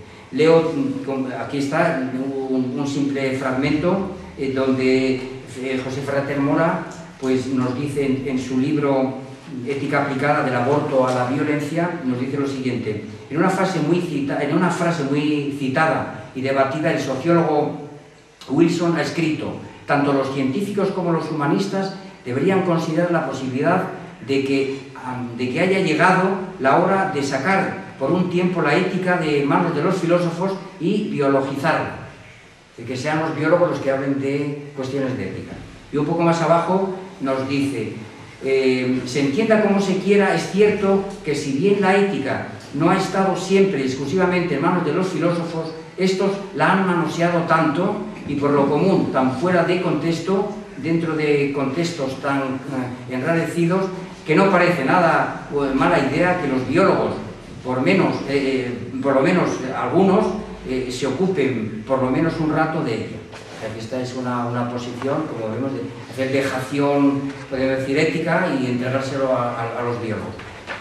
El profesor Bueno, en su famosa introducción, bueno, y en artículos posteriores muchos, pero vamos, el original estaría pues, probablemente aquí, en una introducción que él hace pues, a la obra del padre Feijóo sobre medicina, marca claramente estos dos territorios. Y dice lo siguiente: ahora bien, esta diferencia popular nos orienta ya sobre el verdadero alcance de la distinción, porque las actitudes de la biología y de la medicina ante la vida en general y ante la vida humana en particular son muy distintas y en muchos puntos contradictorias. La biología, en tanto se rige por la teoría de la evolución, contempla los organismos vivientes como momentos de un proceso evolutivo que tiene lugar a lo largo de los siglos de un momento diferenciado y que las diferentes taxonomías se encargan de establecer. El biólogo, por tanto, saludará con interés como un acontecimiento interesante cualquier mutación que se produzca en un organismo. Cuando un embrión humano aparece con 6 dedos o con un corazón traslocado, el biólogo podrá ver en estos casos una mutación prometedora, por tanto un campo de ensayo y de experimentación. Pero la medicina, más abajo nos dice, en cuanto a disciplina práctica, no puede mantener la perspectiva propia de la biología. Tiene cerrado el paso a cualquier experimento. tiene cerrado el paso a cualquier experimento. Yo aquí ahora mismo me estoy recordando ahora el anterior ministro de Sanidad, que siendo estudiante de medicina adoptó posiciones de biólogo, el tema famoso de la experimentación, Bernard Soria, aunque era médico, pues tenía verdadera vocación biológica y en el fondo estaba en esta otra dirección. Nuestro punto de vista es que el médico no puede ser biólogo, en sentido estricto, profesionalmente hablando, ¿verdad?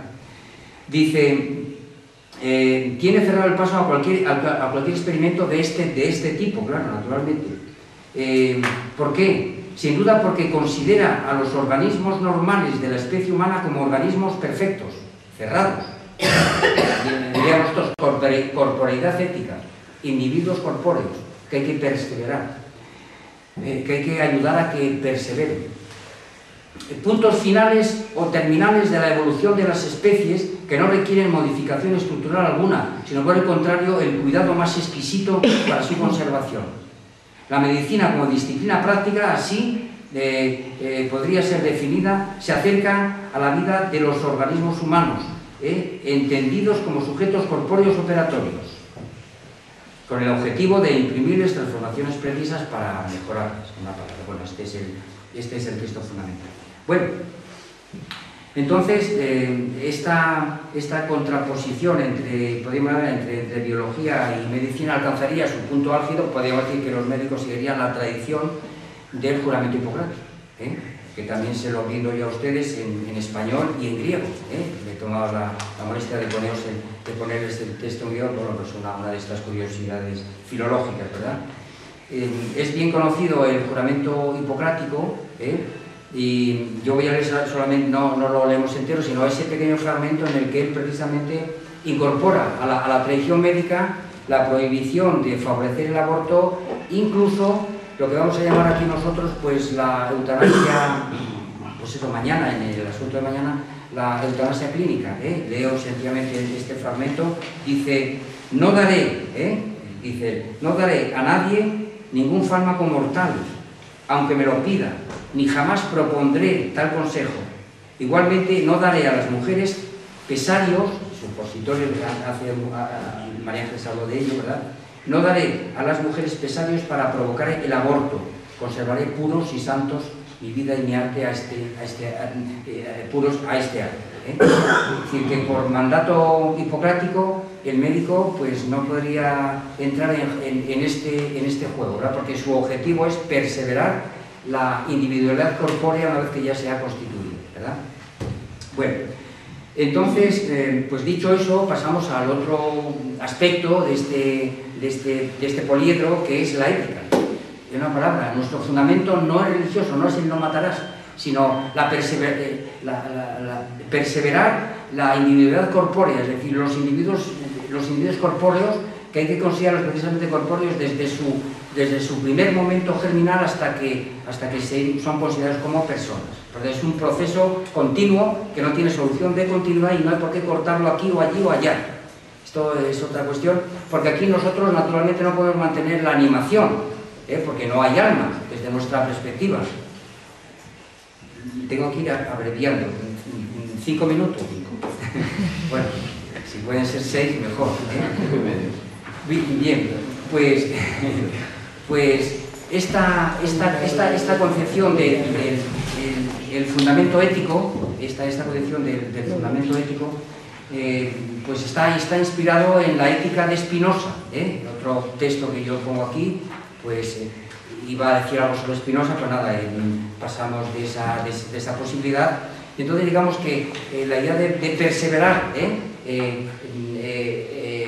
la individualidad corpórea encuentra una acogida, bueno, se corresponde fielmente pues, con la ética de Spinoza. Nos dice Spinoza en la proposición 59, de la tercera parte tercera del origen y naturaleza de los afectos, proposición 59, dice: refiero a la fortaleza todas las acciones que derivan de los afectos que se remitan al alma en cuanto que entiende y divido.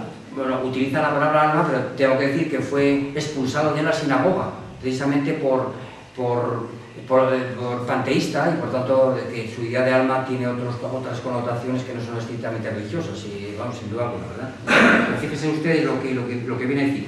Dice, remite al alma en cuanto que entiende, y divido aquella en firmeza y generosidad. La palabra fortaleza es una virtud que se divide en dos facetas, una de aplicada a uno mismo y otro aplicado de uno hacia los demás.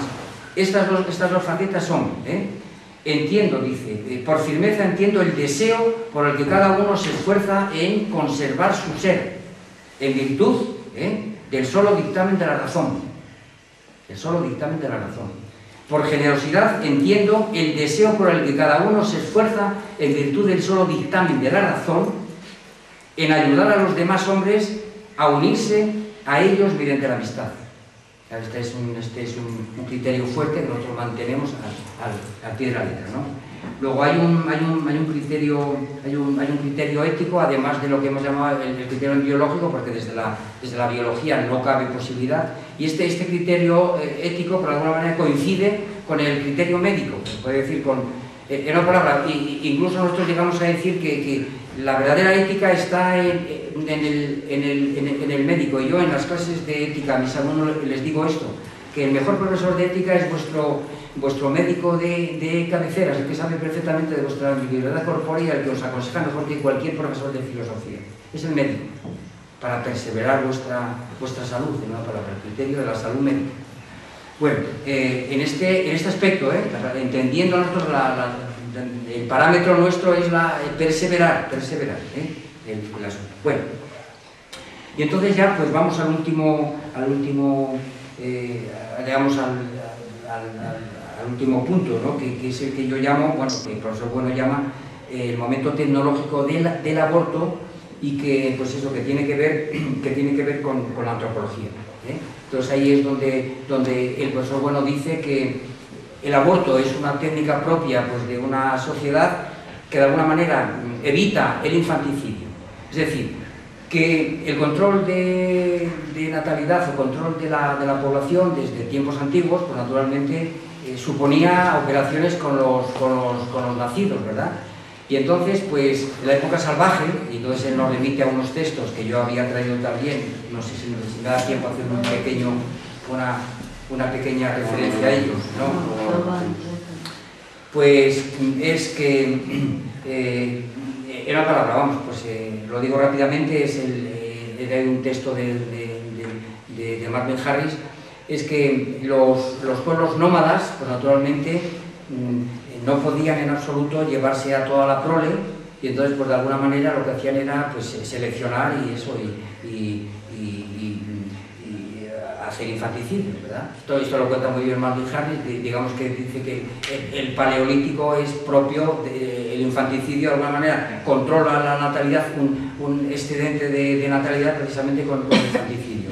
Es en todo caso la barbarie y la civilización inicial la que recurre al aborto, y él ofrece aquí una cantidad de posibilidades, tanto mecánicas como químicas, a través de plantas, pero a través también de pisar el vientre de la mujer hasta hacerla sangrar, etcétera, todo esto.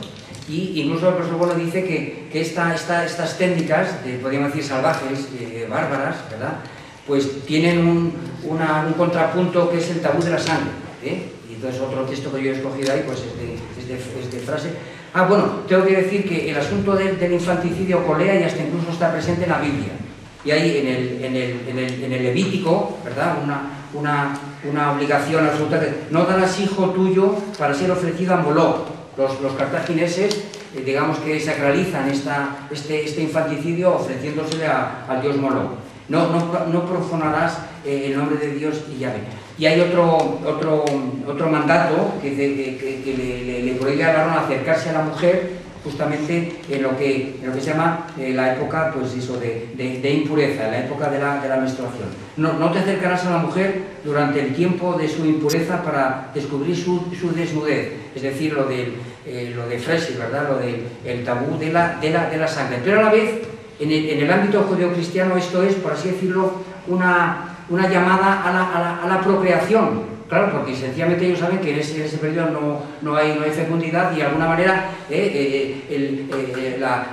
la bioética positiva, es decir, creced y multiplicaos. Luego, no matarás por un lado y creced y multiplicaos, por tanto, no pierdas el tiempo estableciendo relaciones, bueno, la contrafigura del método Gino, ¿verdad? Sino que las relaciones sexuales tienen que establecerse justo cuando tú preveas que va a quedar la mujer embarazada.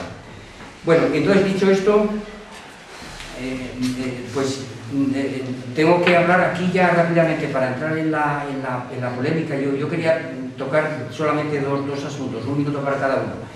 Y es que este aspecto, podríamos decir, tecnológico, antropológico, desde este aspecto antropológico pues hay que replantearse la cuestión de lo que es progresista y lo que es conservador, Yo no considero en absoluto que sea el concepto progresista se pueda aplicar justamente por así decirlo, considerar como lo más avanzado, como lo avancé todos los procedimientos propios de la barbarie, sino que, por así decirlo, a mi juicio hay que primar absolutamente la anticoncepción, precisamente para evitar el aborto. Por supuesto, el infanticidio quedaría fuera de lugar, ¿verdad? Y entonces, pues, ya terminaría diciendo que además de esto que llamamos el momento tecnológico, en la actual elaboración del anteproyecto, pues ahí podríamos decir un conjunto de ideologías que llevan a nosotros un momento nematológico. Es decir, no hay que ser hipócritas, realmente la cuestión es una cuestión de población. Porque si no se ha evitado la anticoncepción, pues entonces ¿cómo se evita? Pues eso, con el aborto. Entonces, ¿cómo se justifica? Pues lo que nosotros llamamos con ideologías. Y estas ideologías están claramente en 4 puntos que digo rápidamente.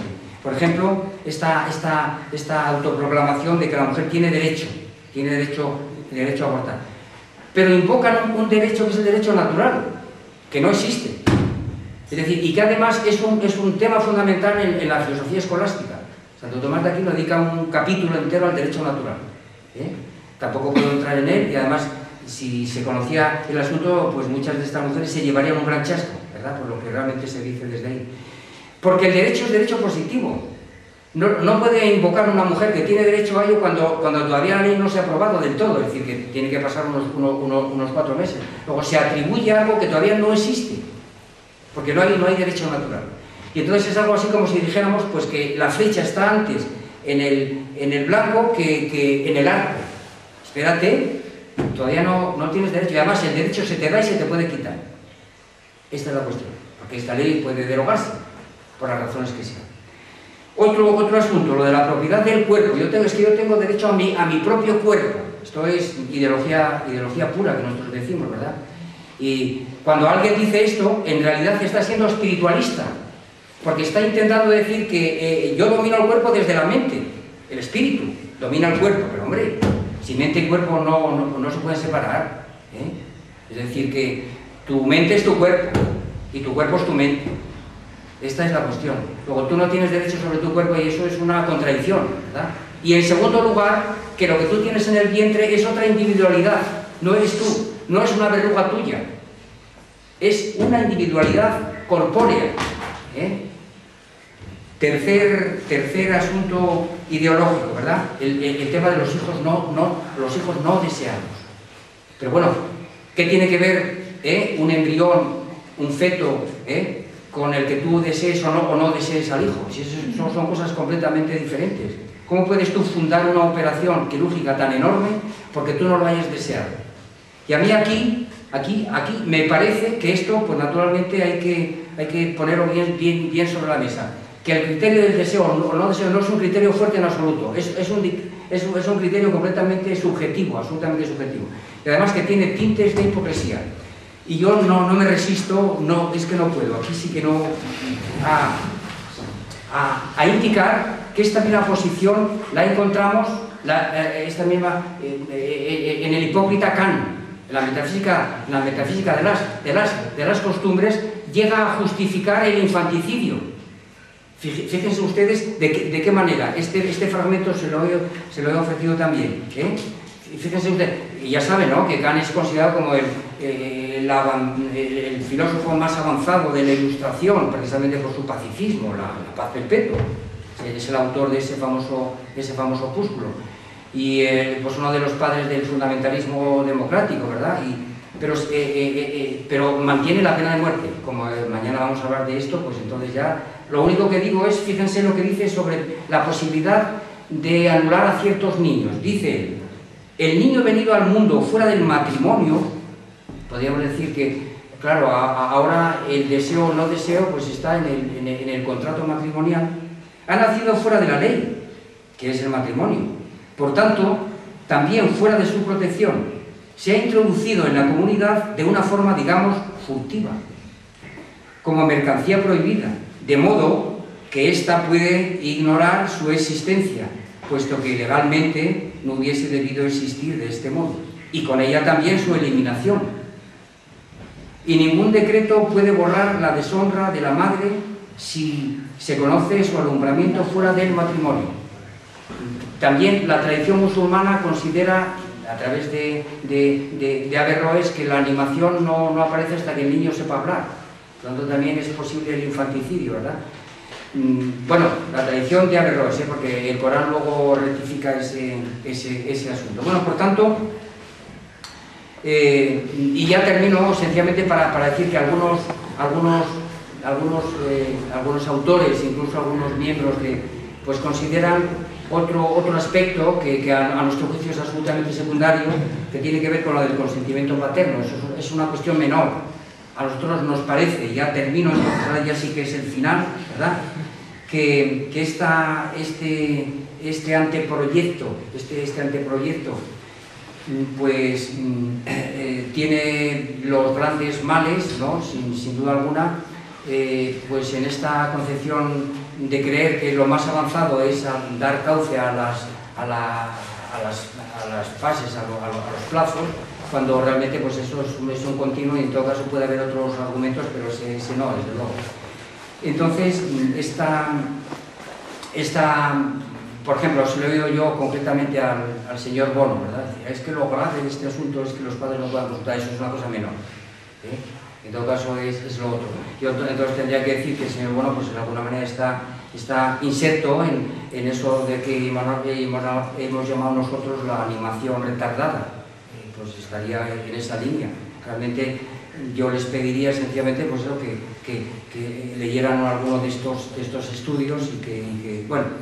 Entonces este texto pues consideramos nosotros pues que es un texto que de alguna manera es una muestra clara de corrupción democrática no delictiva, porque tiene una corrupción ideológica, empezando ya, vamos a poner dos asuntos desde un punto de vista semántico y desde un punto de vista sintáctico. Desde un punto de vista semántico, sobre todo el tema de las definiciones, pero la propia palabra interrupción. La palabra interrupción es una degeneración, es una palabra realmente usada con muy mala fe, ¿verdad? Porque, aunque a ver dónde lo tengo yo aquí. Bueno, aquí. Aunque la Real Academia define interrupción precisamente, concretamente, cortar la continuidad de algo en un lugar y en un tiempo, y el primer analogado de esto pues es el concepto de interruptor de la luz, porque la luz puede continuar. Realmente otros diccionarios como el María Moliner incorpora lo que es la primera acepción de este verbo, que procede del latín interrumpo. Concretamente, el verbo latino interrumpo es hacer pedazos, romper, destruir. Y la palabra interrupción es la segunda acepción. En el sentido podríamos decir tecnológico, ¿verdad? Y yo interrumpo la luz. El María Moliner sí que lo recoge. Y entonces, una de las acepciones fundamentales es destripar, estrangular, guillotinar. Por tanto, la palabra interrupción es un eufemismo, porque tú no interrumpes, porque resulta que eso ya no tiene... ya les da una solución de continuidad, lo destrozas, lo descuartizas. Claro, naturalmente todo el mundo hemos visto fenoménicamente cómo se produce eso, ¿verdad? Bueno, pero las definiciones son penosas, y termino. Vas a tener que interrumpir, ¿verdad? Incluso estrangular también. Bueno, termino entonces. Fíjense ustedes que en el título preliminar, disposiciones generales, que es donde se puede ver un poco de filosofía, este grupo de personas que ha elaborado este anteproyecto definen la salud, empiezan, salud, el estado de completo bienestar físico, mental y social. Salud sexual, el estado de bienestar físico, psicológico y sociocultural. Es decir, una definición en la que ligan la salud a la felicidad. Y no puedo ahora yo hablar aquí de las 12 posibilidades de conjugar la idea de felicidad con la idea de salud, pero sencillamente indicar que desde nuestro punto de vista esta es una concepción canalla de la felicidad, una concepción canalla, que tiene que ver pues, con la tradición epicúrea, si cabe, de la que vamos a hablar mañana, ¿verdad? Y luego desde el punto de vista sintáctico, pues entonces decir que poner la conjunción copulativa entre salud, destrucción de una entidad corpórea, pues naturalmente es un dicho en teoría de circuitos, pues es ¿cómo se llama, hombre? Un cortocircuito, eso es. Que más que poder estar en línea continua, pues es un asunto de... Bueno,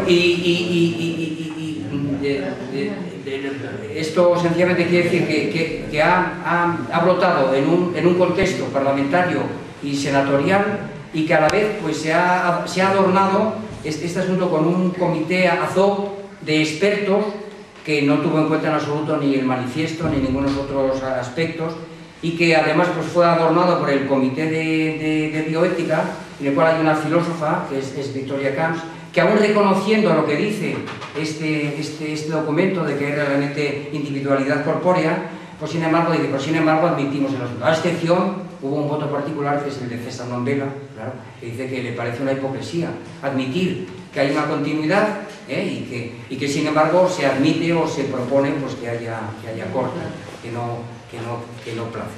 Nada, muy bien. Muchas gracias.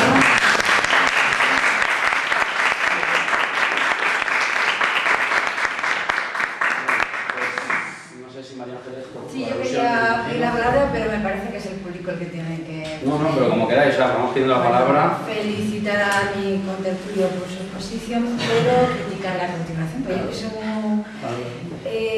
yo en mi exposición he intentado, porque esto se llamaba ética y aborto, no hablar de la ley del aborto, ¿vale? Porque es una regulación legal que estamos hablando.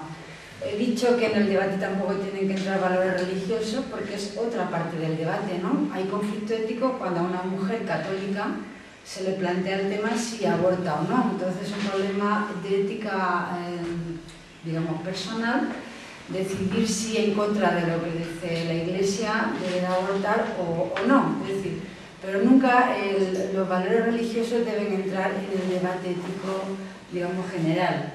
Porque también he dicho al final que en el tema del aborto, el problema es que siempre en el debate se pretende imponer una concepción sobre el resto, y eso es erróneo. El Estado tiene la obligación de regular por ley determinadas situaciones. En España el aborto es legal en este momento, es decir, no es un debate sobre el tema del aborto, es un debate sobre otra regulación del aborto. Pero no es un debate sobre el aborto. En España el aborto en este momento es legal. Entonces, en ese punto de vista, el Estado debe de regular una situación de posibilidad de que las mujeres aborten, es decir, que no se les persiga legalmente ni se les meta en la cárcel por el hecho de abortar, que es muy distinto. La ley nunca obliga a nadie a abortar, evidentemente, sino simplemente pone un marco legal para que las mujeres que decidan libremente y personalmente abortar en determinadas circunstancias no se las persiga y se las meta en la cárcel. En la Edad Media se les extraditaba, se les expulsaba fuera de sus ciudades, ¿no? Es decir, yo he intentado, no por tanto, criticar una ley, no he tratado de utilizar términos como progresismo o conservadurismo, he intentado no introducir en el debate, como he dicho, valores de tipo religioso, ni adjetivar, tampoco ni personalizar. ¿Me permites? No, perdona. Es un inciso.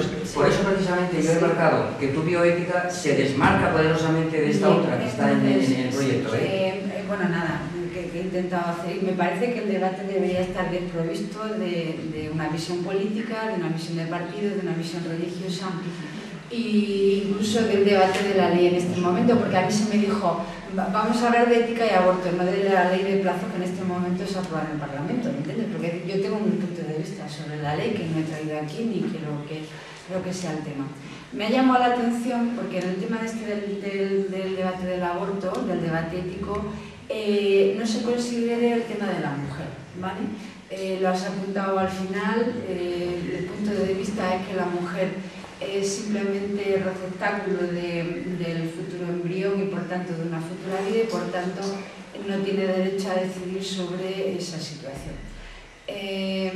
Me parece que en el tema del aborto siempre se deja fuera el tema de la mujer y me parece que es importante porque como yo he intentado dar, soy médico, una visión más desde la perspectiva de salud, recordar que el tema del aborto es fundamentalmente un problema de salud. Quien aborta son las mujeres y que cuando el aborto se convierte en algo ilegal, se aborta en condiciones precarias que le llevan a la muerte, en muchísimos casos a grandes problemas de salud. Y eso es una perspectiva que no tenemos que negar. Nadie puede defender el aborto como una medida puramente anticonceptiva, nadie puede defender el aborto como algo bueno, si acaso se puede defender como un mal menor, es decir, como un fracaso, lo he dicho antes, de métodos anticonceptivos y tal.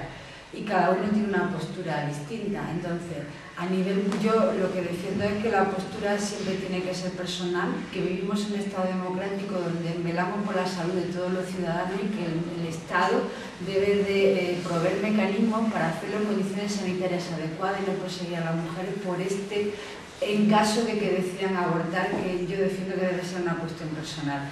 Y en este momento la decisión sobre si abortar o no, porque vuelvo a repetir, en España el aborto es legal, la toma subsidiariamente los médicos del Estado, que es quien decide, ¿no? En base a la certificación de si hay riesgo para la vida, para la salud física y psíquica de la mujer, el mayor supuesto en el que en este momento se acogen las mujeres es el problema de la salud psíquica, pero certifica un médico, de tal manera que la decisión del aborto y lo que se discute ahora con la nueva ley es que debe decir la mujer en un periodo de tiempo. Me parece que he dado mi visión de lo que dice ahora mismo la ciencia sobre si el tema de la vida. Incluso hay personas que en el debate ético sobre el aborto consideran que la discusión sobre la vida o sobre la vida es irrelevante, debería estar en otro apartado, pero son posturas diferentes. Yo creo que es un punto de vista que hay que tener en cuenta, el concepto de vida. Y aclaro un poco que lo que yo he dicho sobre el tema de la neurología es que en este momento la decisión sobre la vida o la muerte, y también está contemplada en la ley, es una visión neurológica, es decir, que la vida humana se convierte en humana, no en vida biológica, sino se convierte en humana, en tanto que hay un criterio neurofisiológico que aporta la ciencia y es el estado de conciencia, es decir, la posibilidad de que una futura vida tenga conexiones corticales. Entonces se establece alrededor de las 22-23 semanas. Ese mismo criterio sobre la vida humana está hoy día, y lo vuelvo a recordar, en la decisión sobre si una persona que está en coma con muerte cerebral, ¿vale?, tiene una vida humana o no, y nos permite desconectarla de algo que es el latido cardíaco. Entonces eso es algo que tenemos en la vida, que hacemos habitualmente, que yo hago como médico para decidir si una persona tiene su condición neurológica funcionando o no y permitir la desconexión o no de un respirador que le permite la vida artificial. Es decir, eso traspasado lo que es el embrión, el criterio de la vida. Pero incluso, aunque sin entrar en el debate sobre la vida o no, yo creo que en la regulación legal lo que prevalece es el respeto a las distintas posturas y que ninguna postura debe de prevalecer sobre la regulación, sobre la obligación que tiene el Estado de proteger la vida que ya existe, que en este caso son las de las mujeres. No sé si me he explicado. Entonces, en ese sentido, el Estado debe de proteger a aquella persona que sí que tiene derechos fundamentales recogidos en la Constitución, que son las mujeres, ¿vale? El embrión es un bien jurídicamente protegido, pero la Constitución no reconoce el derecho de persona. Entonces, esa protección debe ser progresiva en función de su desarrollo como futura persona o vida humana, y en ese sentido debe de regular la Constitución la protección de ese bien jurídico. Pero lo prioritario es proteger la vida, el derecho a la vida y a la salud de las mujeres, que son, digamos, el bien jurídico que ya está aquí, que es el que tiene, digamos, esos derechos fundamentales que recoge la Constitución. Eso en lo que es el debate legal. En lo otro, pues hay distintas posturas y lo que hay que hacer es respetarla. Es decir, yo respeto su punto de vista como respeto el punto de vista de la Conferencia Episcopal, que lógicamente la Iglesia debe de plantear una doctrina deontológica, porque establece deberes, la ética no establece deberes, para las personas que son católicas y cristianas. Da una serie de recomendaciones que ellos deben de seguir, pero lógicamente no el conjunto de la sociedad democrática, como tenemos hoy día en España, ¿no? No sé cuál es la... Vamos a intervenir el público un poco. No,